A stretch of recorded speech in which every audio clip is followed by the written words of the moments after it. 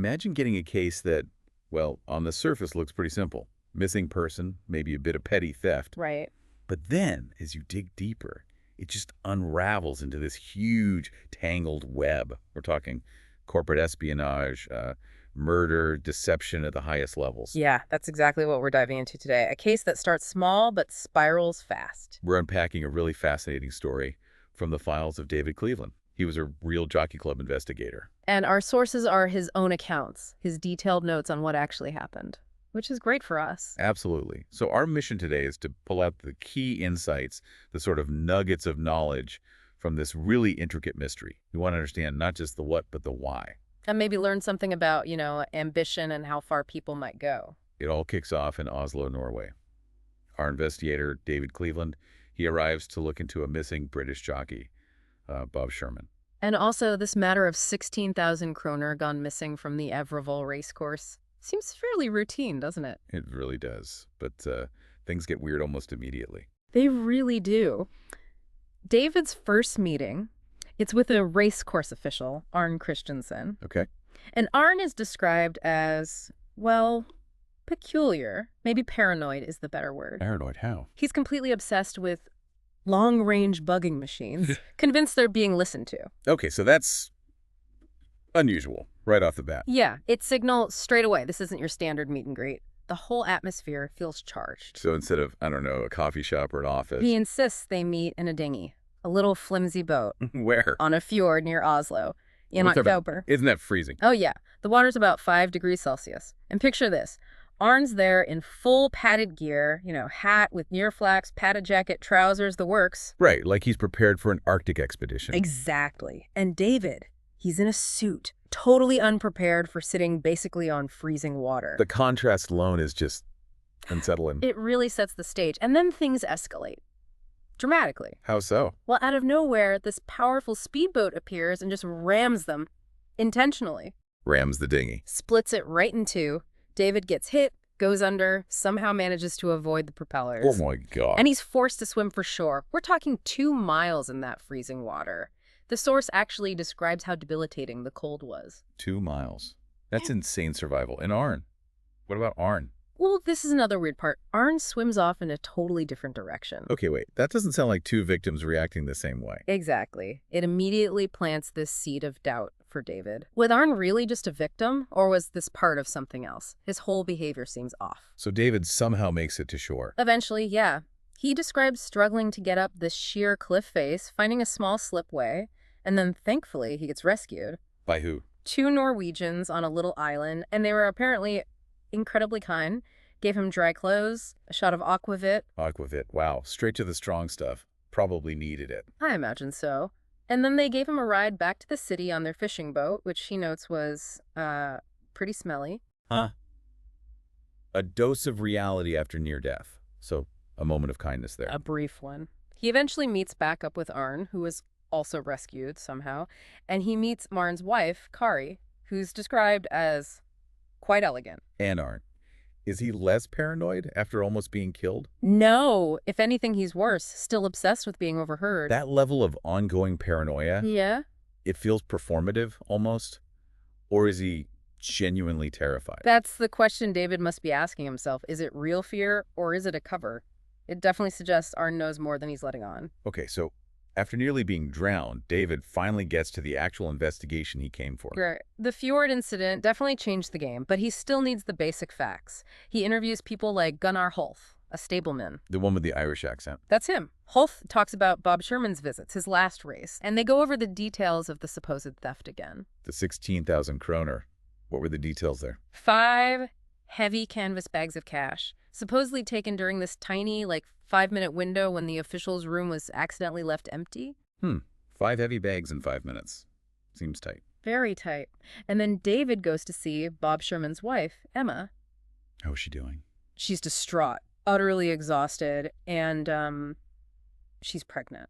Oh, that's awful. Yeah, she absolutely believes Bob is innocent, that he wouldn't just run off. She's near collapse. And David's reaction? He shows real empathy, takes her back to his hotel, gets her some soup, even champagne, gives her a safe place. He's trying to understand the human side, not just the fact. And does he learn anything important from her? He learns more about Bob's character, their money situation.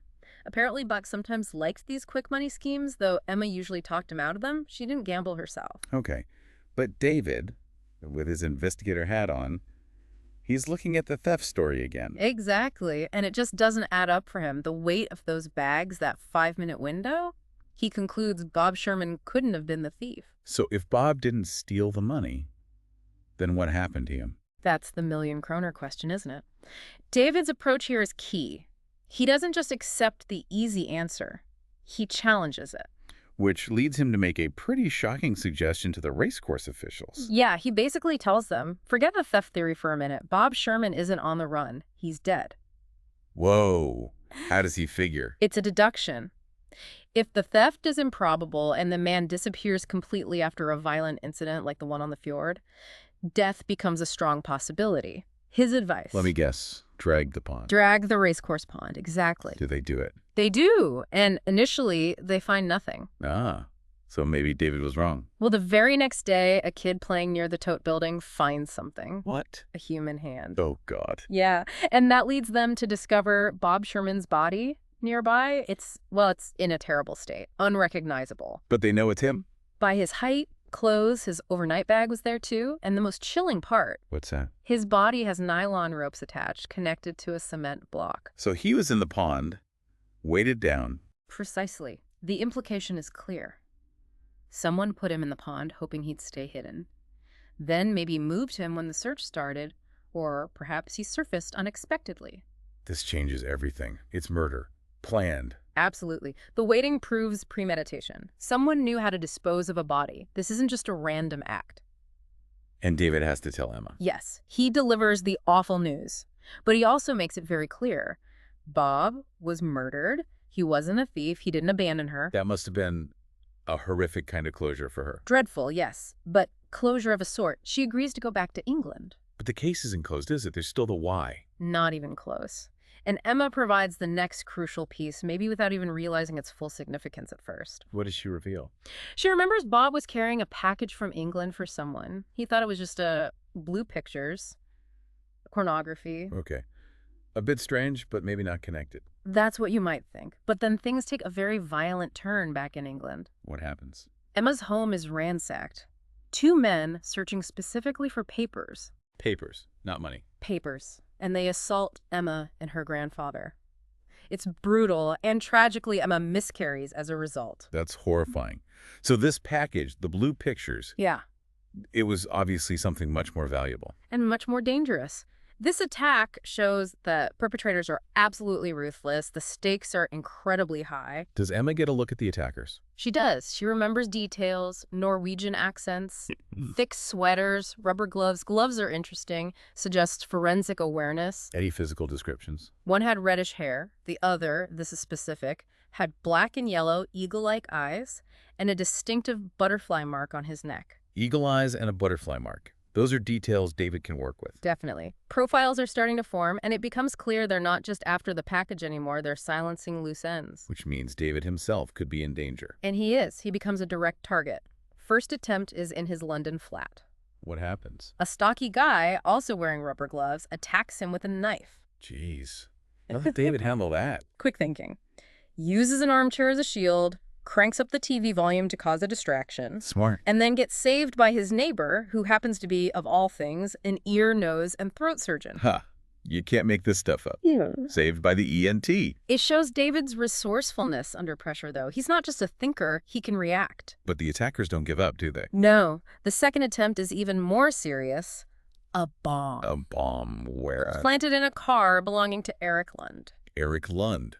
Wait, isn't he the brother of Nut Lund, David's police contact? The very same. Eric's an author, described as witty and helpful. He was clearly targeted to hurt the investigation, maybe pressure Nut. Does the bomb go off? It does eventually, yes. But there's a crucial witness beforehand.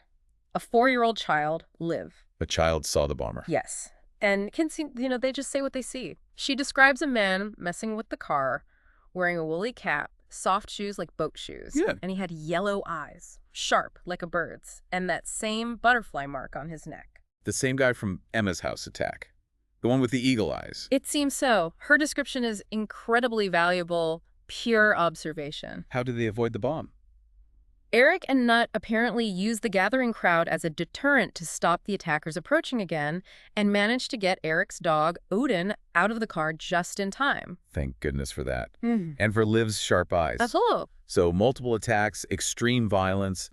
David must be feeling the pressure. Immense pressure. Weeks are going by, lots of danger. But maybe not much progress on the core motive. But sometimes the breakthrough comes from the smallest thing. Like what? Like searching Bob Sherman's personal effects again. Inside his racing helmet, taped securely, He finds something. a key.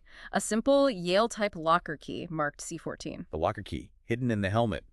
That feels significant. It's potentially the link Bob left behind before he was killed. David follows it up. Where does it lead? To a locker at Fornebu Airport in Oslo. Inside. Not drugs, not cash. Just a folded piece of paper. A piece of paper, that's it. That's it. But David gets it looked at. First by a geology professor at Cambridge, then by a Dr. William Leeds at a research lab called Wessex Wells. And what is it?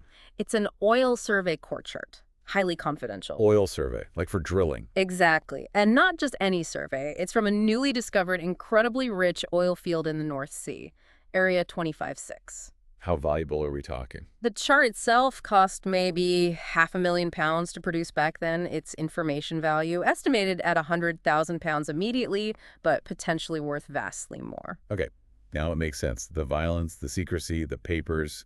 It was never about 16,000 kroner or pornography. It was about this. High-stakes industrial espionage.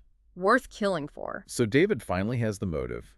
How does he catch the person behind it all? He sets a trap with Nutlund's help. A clever one. What do? They take the oil survey chart, dust it with anthracene. Anthracene, what's that? It's a powder. Invisible normally, but it glows brightly under UV light, so anyone who touches the chart will have it on their hands. Forensic fingerprinting, basically. Sort of, yeah. They put the dusted chart back in the locker at Fornebu. Then they leave the key, C14, kind of casually visible in David's hotel room bait. And to make sure the right person takes the bait. David creates a diversion. He tells Arne Christensen he needs to go to Lillehammer to interview a potential witness and asks Arne to come along. Sends a clear signal he's heading the wrong way. Brilliant. Misdirection. Does it work? Perfectly. Someone takes the bait. They retrieve the chart from the locker. Who is it? Per Bjorn Sandvik. Sandvik. Who's he? A major figure, prominent industrialist, respected former resistance fighter during the war, a big name. A pillar of the community type. Arrested handling the stolen chart. Caught red-handed, literally with the anthracene traces. But what's really striking is his reaction. How does he react? Completely calm, composed, denies everything, of course. What's his story? He claims Arne told him David had found a key related to the case, and he, Sandvik, was just trying to retrieve the item from the locker to help the investigation. That takes some nerve. Does his calmness mean innocence, or is it something else? It's chilling, isn't it? It feels like the confidence of someone used to manipulating situations, maybe someone who's lived a double life before. But David sees through it. Oh, yes. David confronts him. And this is where he lays it all out. He reveals the whole conspiracy, and crucially, he exposes Arne Christensen's true role. So David finally confirms his suspicions about Arne. The paranoid victim wasn't a victim at all. Not at all. Arne was in on it from the start. David explains everything. How Arne wore a scuba suit under his clothes that day on the fjord. The padded gear. Exactly. It wasn't just for warmth. He faked the whole dinghy incident, probably signaled the speedboat. Unbelievable. What else? David figures Arne moved Bob Sherman's body to get out of the pond when the search started, hid it in the bushes, then put it back later. Why? To confuse things. Probably. And Arne, being head of security, had access everywhere. David concludes Arne was the one who actually stole the 16,000 kroner. After Bob was already dead. Yes.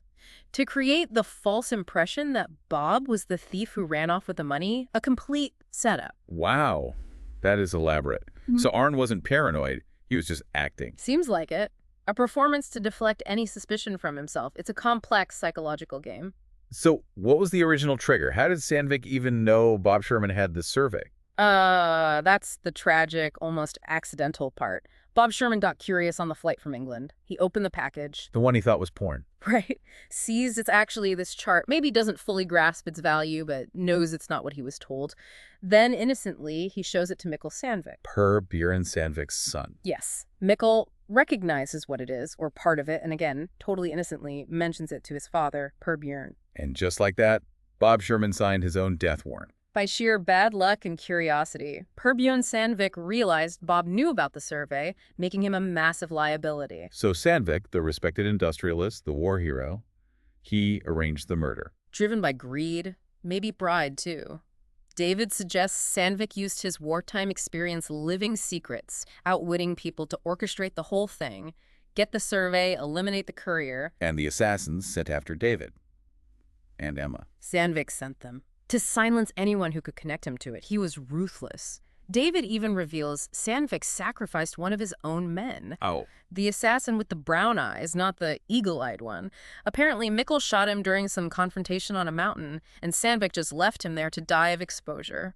Cold-blooded. What happens to Arnie? Does he get caught? Arn flees once he realizes he's been exposed, disappears. So it all unravels, a complex web built on greed, lies, murder, all for an oil chart. Exactly. The pursuit of that information, that wealth, led this supposedly respected man to commit horrific acts. It shows the dangerous power of secrets. Wow. What a case. We've really peeled back the layers today, haven't we? We really have. Started with a missing jockey and a small theft. And ended up deep in international corporate espionage, murder, multiple assassination attempts. It's quite a journey. David Cleveland's investigation showed how these tiny details, that red padded cap Arn wore, the key taped inside a helmet, a little girl's description of yellow eyes, they were the threads that pulled the whole conspiracy apart. It's a real testament to persistence, to looking beyond the obvious, and maybe a chilling look at human nature, too. Definitely. The lengths Sandvik went to, the betrayal by Arn, it's dark stuff. This deep dive really hammers home that idea, doesn't it? Yeah. That the surface rarely tells the whole story. Absolutely. It makes you wonder, how many everyday situations, things that seem simple or unremarkable, Might have these incredibly complex, high-stakes games playing out just beneath. Exactly. What might you, the listener, uncover if you really started looking past the obvious, questioning the simple narratives we're often presented with? A provocative thought to end on. Makes you think about the hidden depths all around us.